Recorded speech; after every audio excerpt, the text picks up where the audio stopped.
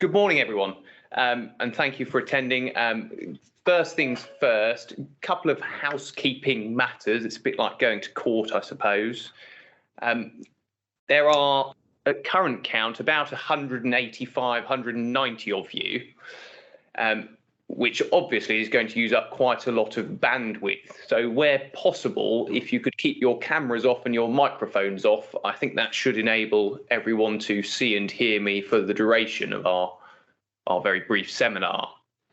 The second point, which I think I've seen discussed in chat, is around handouts. There should be a handout to accompany the seminar. Now, I understand some of you seem to be saying you haven't received it. I think Caroline has tried to put a link in the chat.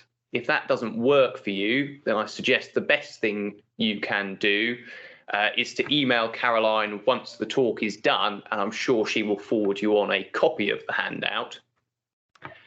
The third point I raise at the outset is that it's apparently a brave new world. I've been advised by the clerks and marketing bods in chambers that we should steer away from PowerPoints. Hence, we now have a handout. So for today, there's going to be no slides for you to look at or follow. If you want to, you can kind of follow through in the handout, albeit that'll stand alone to some extent. But because we're going slideless, we'd be very grateful. Caroline is going to send out some feedback forms afterwards. If you could provide some feedback as to whether or not you do or do not like this format without having PowerPoint slides and with just having a face and a bit of a body and talking and a handout to accompany. So we'd be very grateful for that. With all of that done, we can get going in earnest. So for those of you who don't know, I'm Philip Hughes. I'm one of the barristers in Chambers. I'm attached to the personal injury, clinical negligence and costs teams, which is an ideal combination for dealing with the latest raft of QOCS Rule Changes. My intention for today is to run through in fairly slow and sedate fashion. We're going to have a look at what the current rules are very briefly. Apologies if I'm teaching you to suck eggs, but it seems an important starting point. We'll then have a look at what the new rules are. Then we'll hopefully have a look at some of the practical implications of that. And then I'm going to do my best impression of a fortune teller and look into the crystal ball and try and say where I think there's likely to be some conflict or litigation in the near future. So first things first, I suppose we're concerned only with basic QOCS, if I can use that expression, meaning that we're only concerned with Rule 44.14. We're not worried about the exceptions to QOCS. They remain as they always were. So Rule 44.14 at present, fairly straightforward. Defendant can enforce costs orders in their favour to the extent of orders for damages and interest that a claimant has. That fairly simple and basic rule is supplemented by two, maybe three key cases, which I'm sure you are all familiar with as well. So we have Cartwright and Venduct Engineering. You might remember that was a noise-induced hearing loss case. Multiple defendants, claimants settled against one by way of Tomlin order, discontinued against Venduct. Venduct wanted to claim their costs or recover their costs against claimants' damages contained in the Tomlin order. In short, court said no, orders for damages and interest are just that. Scheduled to a Tomlin order is curial. And similarly, where, for example, one has a Part 36 offer, there's no court order for damages. The same applies effectively to all settlements. So on the rules as they currently stand, defendants can't enforce their costs against damages contained in a settlement. Second key case on the current rules would be Hoe and Adelakun. Again, you might be very familiar with it, a matter where up until that point, defendants had assumed they could offset costs But that went to the Supreme Court and they said, well, no, actually, you can't offset costs because defendant offsetting costs is enforcement. And the QOCS rules are clear that enforcement is only allowed against orders for damages and interest. The third case, which is perhaps less seminal, but it's of some importance, still relatively recent case, PME and the Scout Association, and that concerned the costs of costs proceedings after a personal injury matter had settled. A rather ingenious defendant thought they could argue that because cost proceedings are not for the benefit of the claimant per se, but their solicitors, they might be able to get around the QOCS rules in that way. In short, they can't, they couldn't, they weren't allowed. So that is where we stand. A broad brush summary of that might be that if a personal injury or clinical negligence matter settles, a defendant is going to have an uphill battle trying to recover any costs at all. However, that clearly is all about change and is why you are all here. You want to know how it's going to change and what impact it's going to have on everyday litigation. Now, there is one amended paragraph of CPR 4414, and there are two new paragraphs coming in. The changes in wording are relatively modest, but seem likely to have significant impact going forwards. So if we deal with those changes in turn, the first change, and by far and away the most important change, is a change in the wording of 4414.1, and that's the paragraph which sets out the sums against which a defendant can enforce their costs without court permission. The wording has changed from orders for damages and interest to orders for or agreements to pay or settle a claim for damages, costs and interest. Well, what's the effect of that? I mean, first and foremost, it's quite clearly a direct reversal of Cartwright. It is clearly the intention, by referring to agreements to pay or settle a claim, that a defendant is not going to be hamstrung if they settle a matter by way of Part 36 or by other offer into having to write off their costs from the date of that offer. So a common situation that arises at present is claimant accepts a Part 36 offer late, and the defendants incurred costs from the date of that Part 36 offer, whilst they in theory have a deemed order for them. They can't get them because there is no order for damages against which they can enforce.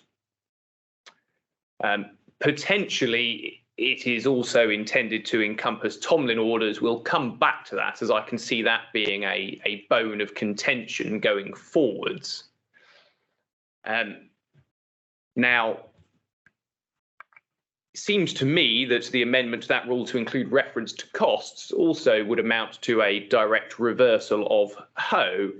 Hoe was clear that offsetting of costs amounted to enforcement, and therefore where the new paragraph 1 refers to defendants being able to enforce against costs, it seems to follow neatly therefrom that they must be allowed to offset.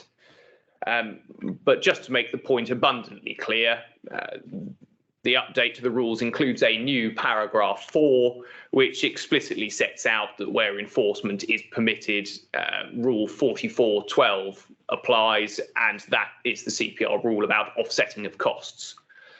So offsetting is now allowed seemingly twice over, both by paragraph 1 and, as far as I can see, a rather unnecessary paragraph 4. On the topic of potentially unnecessary paragraphs being added, there's also a new paragraph 2, which sets out that for the purpose of QOCS, where there's reference to an order for costs in favour of a claimant, that includes deemed orders for costs.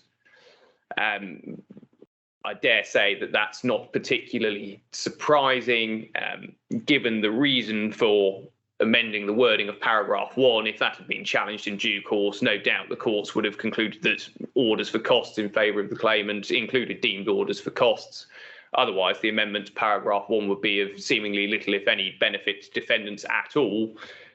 If a matter settled by way of Part 36, a defendant would be limited to enforcing against damages and not the costs. So again, a paragraph which feels like it might have been somewhat unnecessary.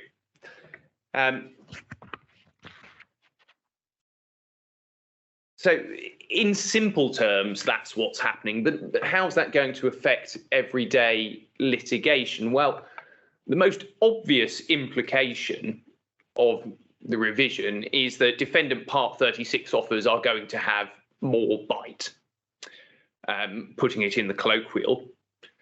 As we've already discussed, acceptance outside of the relevant period is going to lead to defendants' costs incurred from expiry of the relevant period now being recoverable. And of course, that means that from the claimant side, you're going to need to be able to quantify your claim or a reasonable settlement value of your claim as early as you can. Indeed, there might be thought that, well, defendants are going to be chancing their arm with very early and opportunistic Part 36 offers where there's not really evidence to fully assess the matter yet. And that might be of some concern to claimants, and it might be seen as a great idea for defendants. And the answer to that is perhaps, well, yes and no, because, of course, CPR 36, Part 36, already has a built-in mechanism to prevent sort of opportunistic Part 36 offers. The court doesn't have to award cost consequences where they would be unjust. And of course, one of the factors to be considered, as set out at 36.17.5, one of the factors to be considered is the evidence available to the parties when the Part 36 offer was made. Now, that's not to say that this can be used in a carefree fashion and that defendants are not going to get their costs from the expiry of relevant periods.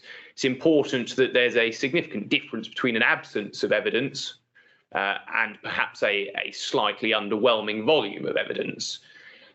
Indeed, it's entirely expected that where a claimant has the benefit of the counsel of solicitors and barristers, they might be able to appraise and weigh in the risks associated with necessary further developments in evidence and how that might affect the litigation going forwards. So the evidence available to the parties, whilst in theory an absence or a lack of evidence might make Part 36 consequences unjust, it's not the case that the court's going to say, yes, of course, you can escape the consequences, claimant, because evidence was not wholly complete. So it's important to be careful. Well, what alternatives might there be? I can see going forward there's likely to be an increase in the number of applications made by claimants for stays of proceedings. The idea of getting a stay in proceedings was suggested or indeed recommended by Justice Lambert in a case called Campbell and Ministry of Defence, which was almost exactly what we're discussing here. Defendant made a Part 36 offer. Claimant felt they could not properly assess it on the evidence they had. Subsequently accepted the offer a little over 18 months down the line and appealed to the court that it would be unjust for the defendant to have their costs from expiry of the Part 36 offer. Justice Lambert said, well, you should have applied for a stay in proceedings because whilst you might have needed to incur some modest additional costs getting the extra evidence to properly appraise the Part 36 offer, you've allowed the defendant to rumble on through proceedings incurring their own costs, which actually they wouldn't have needed to incur if you'd applied for a stay. So that seems likely to be one way to move matters forward, or one thing that's likely to increase in frequency moving forwards.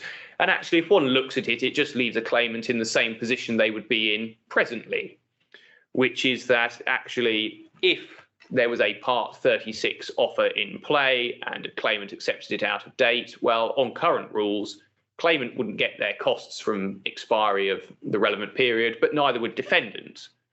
One can see the similarity where if claimant puts a stay in on the new rules, defendant won't be incurring any additional costs, so there'll be no additional cost liability to the claimant, but equally it seems unlikely the claimant's going to get their costs associated with assessing that Part 36 offer fully. So you essentially put yourself in the position we would be in currently. Now, on the topic of applications for stays, clearly is another important implication relating to the additional bite that Part 36 offers are going to have, is that where there are likely to be more or a greater pool of money available for defendants to enforce against, or they're more regularly going to have the opportunity to enforce because there will be orders in place or agreements in place, more pertinently, interlocutory hearings are of greater importance. Claimants are going to need to start giving more consideration to whether or not they really want to oppose interlocutory applications, or whether they want to make interlocutory applications. At present, there's really no downside to opposing interlocutory applications or making them where a matter seems ripe to settle, because ultimately when it settles, even if there is a costs order in the defendant's favour, they're going to have nothing to enforce it against. Obviously, that is going to change substantially. So greater consideration to whether or not applications should be made or resisted, and perhaps greater thought needs to go to conduct of litigation in general, because of course the general conduct of a party is going to weigh into the costs order made at any interlocutory application, and is likely to be of increased importance to the court and to defendants where they're seeking to recover their costs.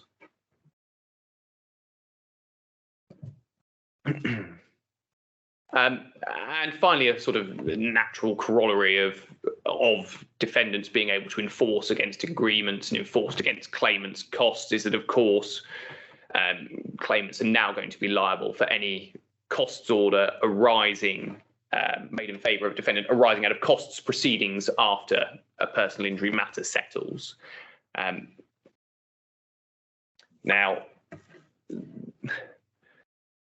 one could see how actually the new rules are likely to lead to potentially some absurdity regarding cost proceedings after settlement of matters. If one takes a situation where a claimant has accepted a Part 36 offer of, say, £50,000, at expiry of the relevant period has a costs bill of £50,000, so £100,000 pool of funds for the defendant to enforce against. If the defendant's costs down the post-relevant period are £100,000, that's what their bill is drawn as, well, there seems to be little point in defendant choosing to challenge a claimant's costs bill, because all they're doing is preventing their own recovery. It would be the ultimate Pyrrhic victory to reduce claimants' costs down to, say, £30,000, because then the pool against which they can enforce their own costs naturally is reduced from £100,000 to £80,000. One might think this actually could prove to be a bit of a victory for claimants, because if defendants have no incentive to challenge claimants' costs bills, if claimants have got good ATE insurance in place, then claimant solicitors may actually come out rather well off. They may be able to recover costs in excess of those which would be considered reasonable and proportionate in matters.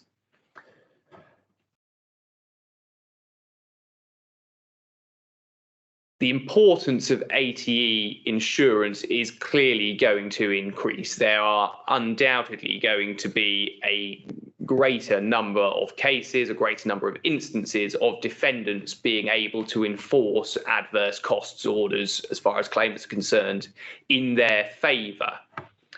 So with ATE insurance being of increased importance, there likely being greater liabilities to defendants, it's obviously going to be the case, one would have thought, that ATE premiums are going to increase. Now, there may be a temptation for claimants and their solicitors to look at ATE premiums and think they're very high and they'd rather not get ATE insurance in place.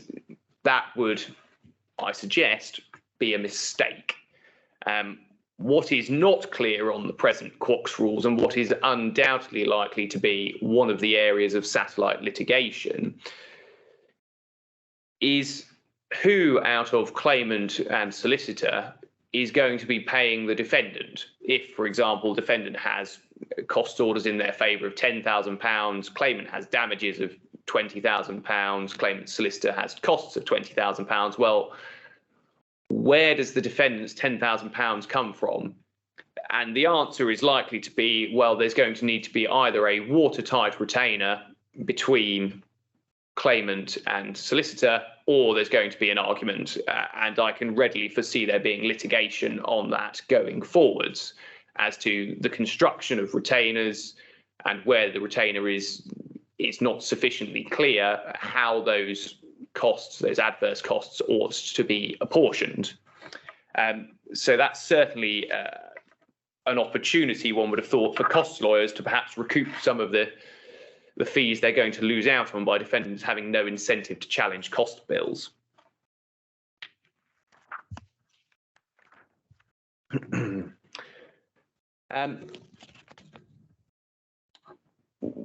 We've talked a little bit about bite on Part 36 offers, a little bit about how it's likely to affect cost proceedings. Of course, boiling the amendments to the QOCS rules down, being blunt, they're better for defendants than the current rules. They don't have retrospective action in that any claim which is issued prior to the 6th of April 2023 deadline is going to be on the current rules for its duration.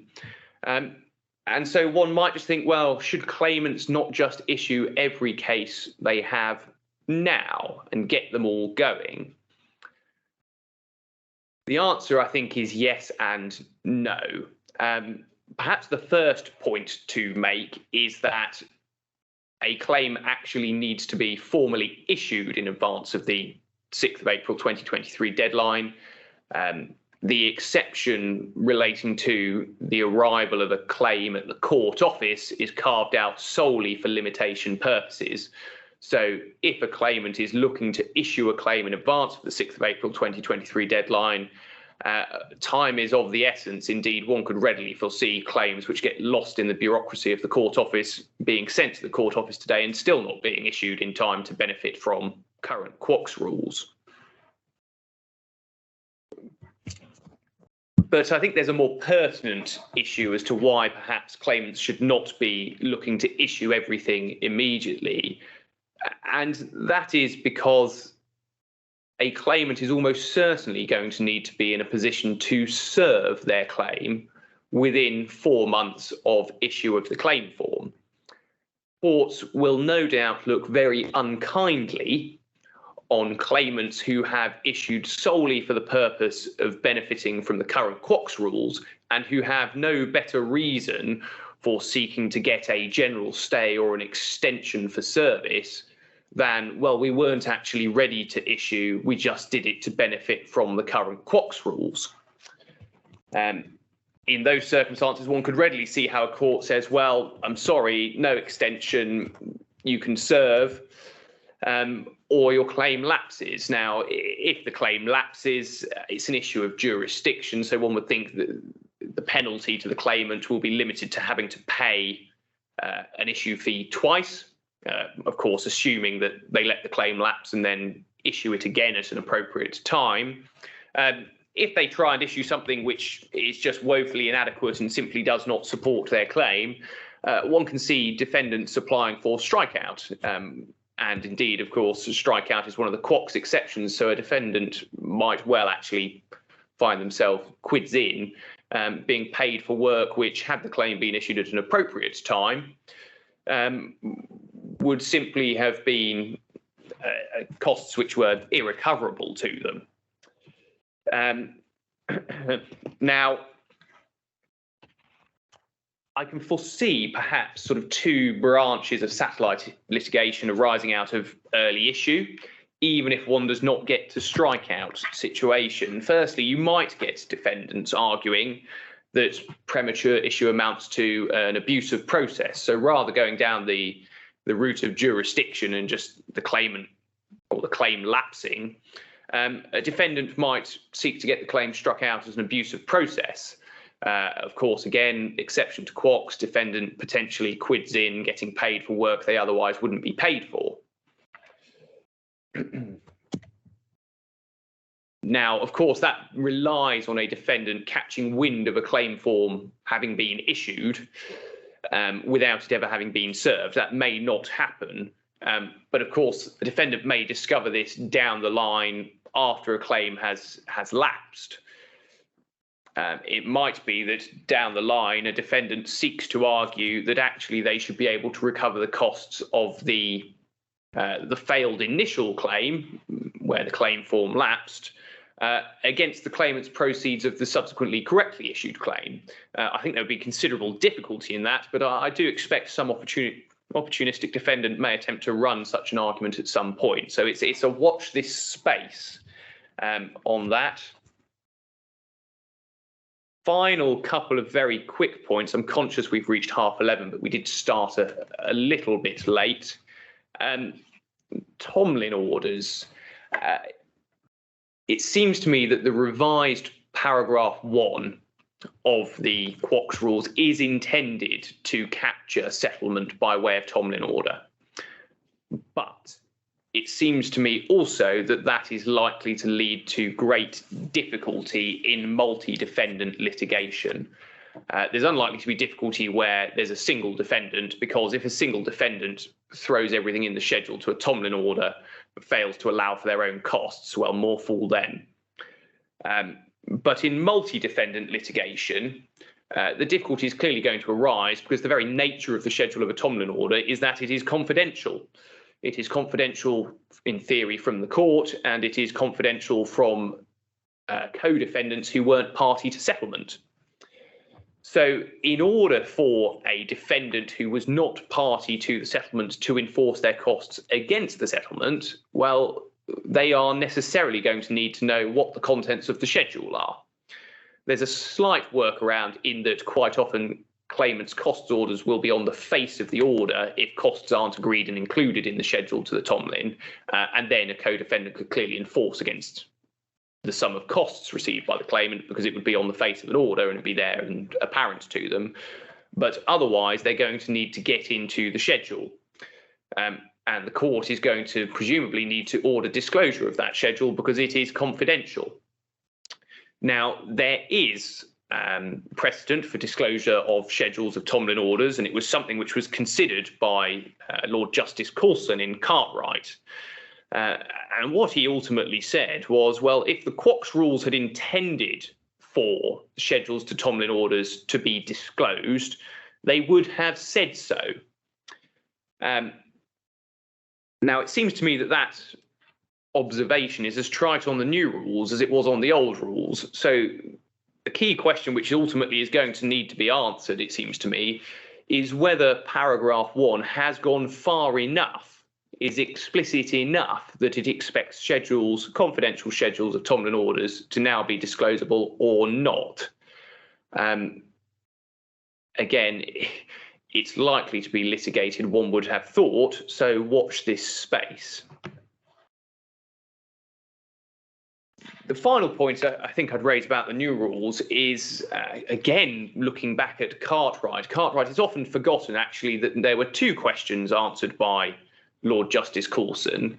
The second question being whether you could enforce against damages contained in a Tomlin order or scheduled to a Tomlin order, or those agreed by way of settlement. The first question, which is overlooked perhaps because it was of little impact on claimants at the time, was whether a successful defendant could enforce their costs against damages paid to a claimant by an unsuccessful defendant. And his conclusion was that they could. Now, obviously, that's been largely immaterial to date, because either a matter settles against one of the defendants, in which case other defendants can't enforce anyway because it's a settlement, or the matter runs through to a trial, and more often than not, unless the claimant's been unreasonable in pursuing the various defendants, there's going to be a co-defendant costs order, a Bullock or a Sanderson made. That's clearly now not the case. One can readily foresee a difficulty arising for claimants in a case where, for example, there are true alternative defendants. So say it's a passenger in a vehicle who can't say whether the driver of their vehicle or the driver of the other vehicle was at fault for the collision, but knows it must be one or the other. Claimant correctly proceeds against both defendants. One of the defendants holds their hands up halfway through litigation, says, yep, all my fault, and settles. Well, what's the claimant to do with the other defendant? The other defendant clearly is not going to accept to drop hands at this point. They've been vindicated in that they were not the at-fault party. They've got costs which are going to be enforceable. They are not going to want to drop those by the wayside. Claimant can't discontinue. As soon as the claimant discontinues, there is a deemed order for costs in the defendant's favour, which is going to be enforceable. And whilst the court can and does have discretion to order an alternative, it's usually in very narrow circumstances where the defendant who's been discontinued against has brought about some sort of change of circumstance through their unreasonable behaviour. Well, evidently that's not the case, where all they've done is defend a case where they clearly weren't the at-fault party. There is an exception for exceptional third-party involvement, but it's difficult to see what's exceptional about a claimant claiming against two defendants, one of whom then makes an offer. That sounds like pretty ordinary litigation. So claimant finds themselves in limbo with a claim against a defendant who quite clearly is not at fault. Claimant can't discontinue or doesn't want to discontinue because they're likely to end up with a significant chunk of their damages and costs being paid to that defendant. That defendant's not going to accept to drop hands. The only solution I can see is that there would need to be a consent order between what I'm going to call the successful defendant and claimant, which dismisses the claim against that defendant by consent, but leaves it open to the parties to argue the principle of costs. Defendant would turn up and say, I don't mind, I'll either have them off the claimant, it's akin to a discontinuance, or off the unsuccessful defendant by way of a co-defendant cost order. And then no doubt the claimant's going to be screaming Sanderson and Bullock as loud as they can. But that's the only route I can see around that. The other absurdity which seems to arise from Cartwright, which perhaps was overlooked at the time because it was of little impact, is cases of truly several liability. So if we take our car crash example again, say there's a claimant who is entirely innocent and has two car crashes in relatively quick succession, liability for both is admitted. Now, first defendant responsible for the first car crash, clearly only liable for the injuries they cause. Defendant in the second car crash, again, clearly only liable for the injuries they cause. Present logic would be, well, car crashes both quick together, short, quick succession, bring them both claims under one heading. You can have both defendants in, and everything's fine. But that would seem to be somewhat illogical now, because as a claimant, you're better off separating those claims out. Because if you end up in a situation where the first defendant or the first accident would have caused particularly horrific injuries, say it's a chronic pain type case, and the second accident has done little more than exacerbate that for a short period, first defendant pays out substantial amount of money, and claimant has no interest in pursuing claim against the second defendant anymore because it is relatively minor claim. Well, what is the claimant to do? They don't want to be discontinuing against the second defendant. They don't, because second defendant will then be able to enforce their costs. But that seems somewhat absurd when the claimant could have brought those claims entirely separately. It seems to me there's going to be a situation now where, in cases of divisible injury or in cases where liability is properly several, claimants are better off bringing multiple individual claims, because that way they are protected against costs which defendants could, in theory, enforce against proceeds of claims which, frankly, seemingly have very little to do with them. So one can see a bit of an absurdity there. I'm just going to note the time and stop there to allow a little bit of time for questions. I suppose the only final observation I would make is this.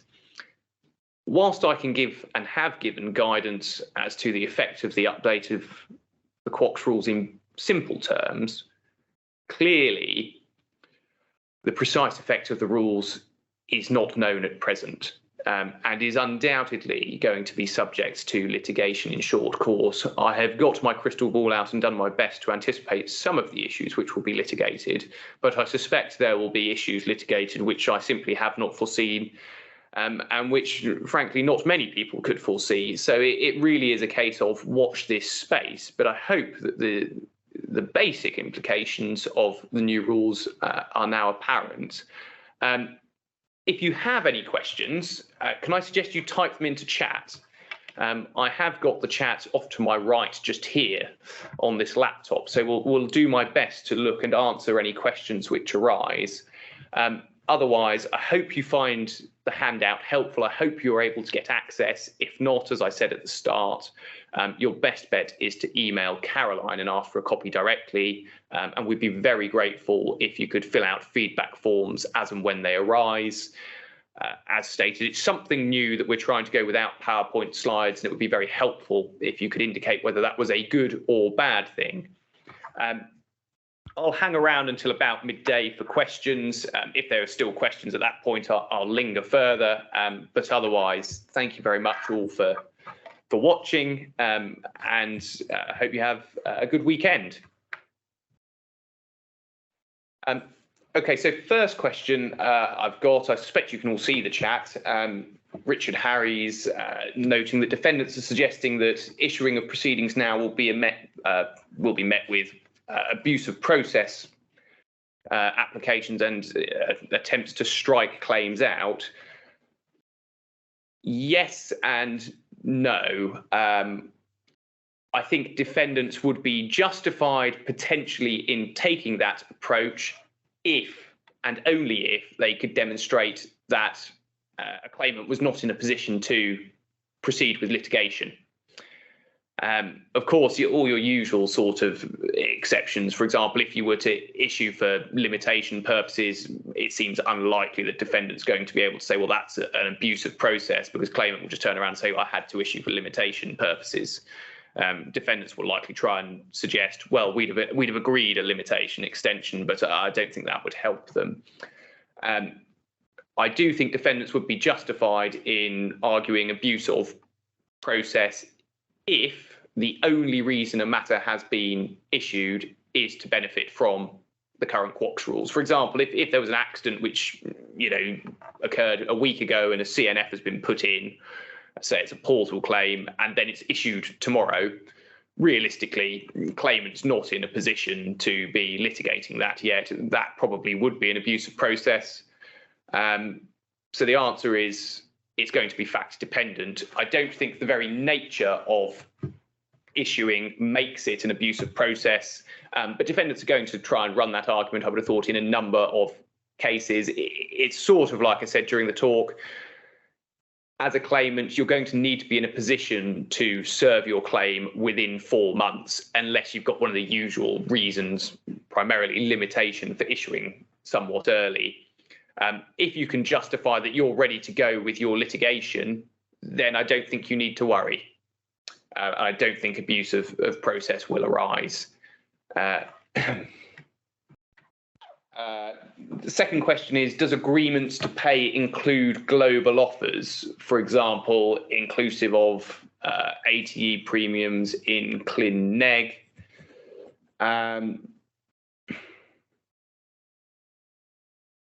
I think the answer to that is going to have to be yes. As correctly pointed out, not strictly speaking costs, but disbursement. I suspect it's going to be. I suspect cost is going to be interpreted fairly liberally, would be my guess. But even if not, I can't see a court saying, well, because some small element of that is not strictly speaking a cost, we're not going to allow a defendant to enforce at all. I think there will just have to be a reasonable and sensible assessment of what proportion is recoverable against and what proportion is not. I don't think that practical difficulty will be a workaround for claimants. Someone's asked if there's going to be a recording of the presentation. My understanding is that it's currently being recorded. I would be surprised if it's being recorded not to subsequently be available either on our website or perhaps I think we have a YouTube channel. Don't ask. I don't ask such questions. I simply allow these things. So yes, I think there will be a recording. I'll ask Caroline to send out an email with a link to that. So if you want to forward it on to any of your colleagues who couldn't attend, feel free to do so. There's a question about Part 36 offers accepted prior to commencement of proceedings. Of course, if there's a Part 36 offer accepted prior to commencement of proceedings, there's no deemed order as to costs. So what position would that leave a defendant in? Well, it seems to me that if a Part 36 offer is accepted prior to commencement of proceedings, while there's no deemed order as to costs, it seems to me that falls under the word agreement in the new paragraph 1. Would be my interpretation of that. So I don't think, again, that's likely to help claimants a great deal. Indeed, to some extent, when interpreting the new rules, one has to look at the intention. And when one thinks about really what the intended purpose of the new rules is, I think the word agreement is likely sufficiently wide to encompass any costs that the claimant is going to get by reason of acceptance of a Part 36 offer pre-action. There's a question about the interaction between the new rules and the fixed costs regime. It's sort of a two-part question. Firstly, what if defendant costs or defendant's cost schedule comes in and it's significantly above the fixed costs that a claimant would recover? I think the answer to that is simply reasonable and proportionate.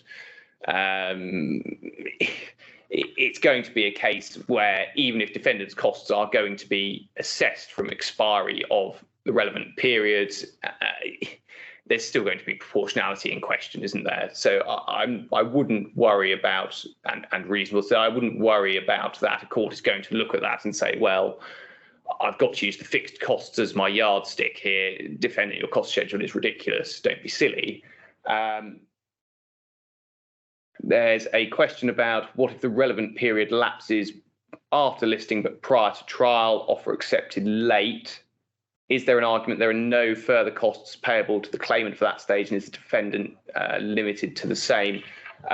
That's covered by an authority which I cannot remember off the top of my head.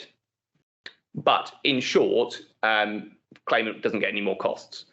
So if the fixed costs rules, they have set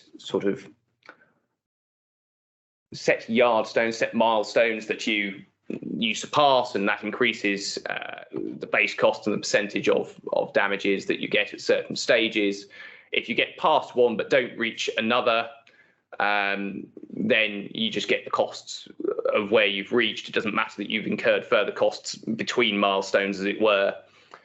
In broad terms, would the defendant be limited? I don't think so, because defendant's costs are assessed differently. So it wouldn't be a case that if you're between two of these sort of milestones and claimant gets no further costs, defendant gets no costs from expiry of the relevant period. They're not quite limited to fixed costs in the same way that claimants are, but clearly they are a good yardstick for measuring against.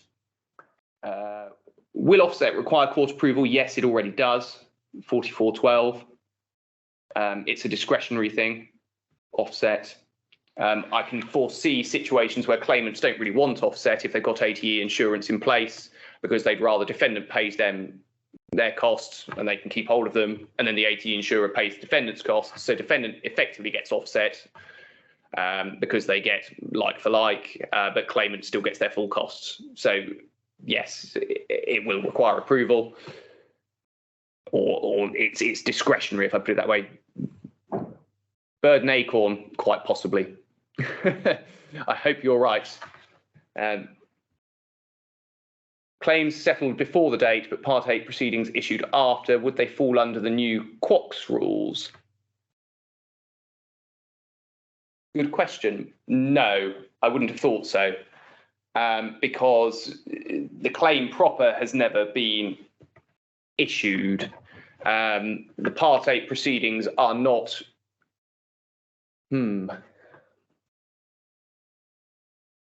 Good question. Don't know. Interesting question indeed. We have a quick look at the wording and see if I can come up with an answer on the spot. But excellent question. Thinking about it, actually, I think the new QOCS rules probably would apply because the matter has not been issued, and acceptance of the offer even prior to the date isn't actually acceptance until the court approves it.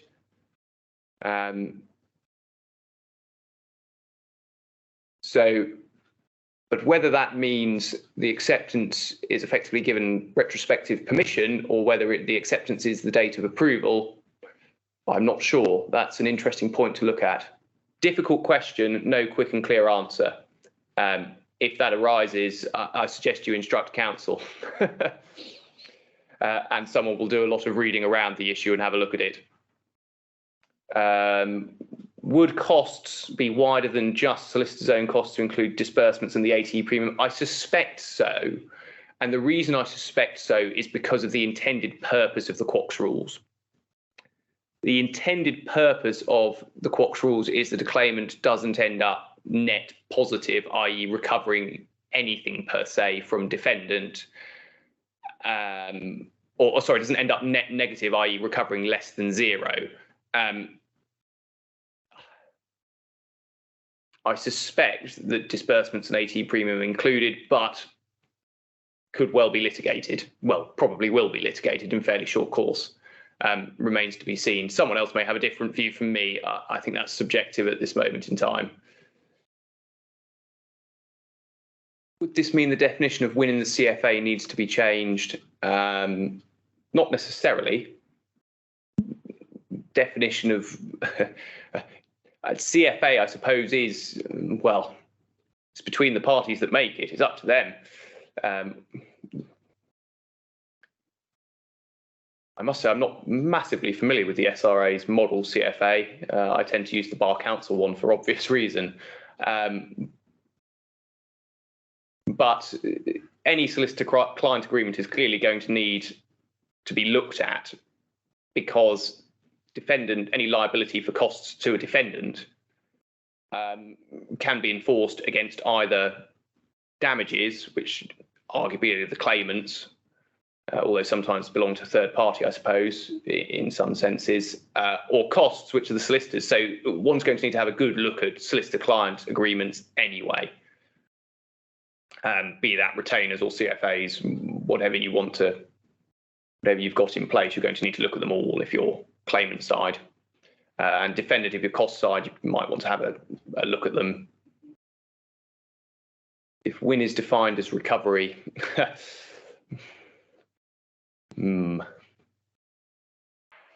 don't know, Ben, is the answer. I suspect the lay clients will argue yes. I don't know. Good question. In one sense, I suspect the successful party remains the claimant because they've brought a claim which has been paid or which has been the subject of an order for damages.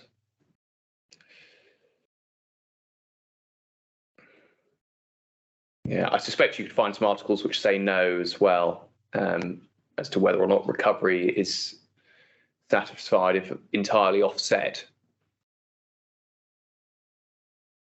I mean, the obvious answer is in advance of 6th of April, go look at your CFAs and make it crystal clear. You don't want to find yourself in a situation where you're at the whim of the court, be that an argument which arises with your own client or a different firm running the argument and you sitting nervously waiting, looking at all your CFAs. Okay, I think I'm getting significantly more thank yous than questions. So I'm going to bring this to a close. If you have any questions or you think of any once we've logged off, feel free to email them either directly to me or through the clerks, and they'll get to me, and I will do my best to answer them. Some of them, like the question, Chris's question about issue of Part 8 proceedings, after a settlement prior to 6th of April, it would take a considerable volume of work, so I might not be able to answer that quickly and swiftly, but I will do my best to answer any questions anyone has. Thank you all for joining us. This has been an incredibly well attended webinar, so thank you all for that, and I hope you found it helpful.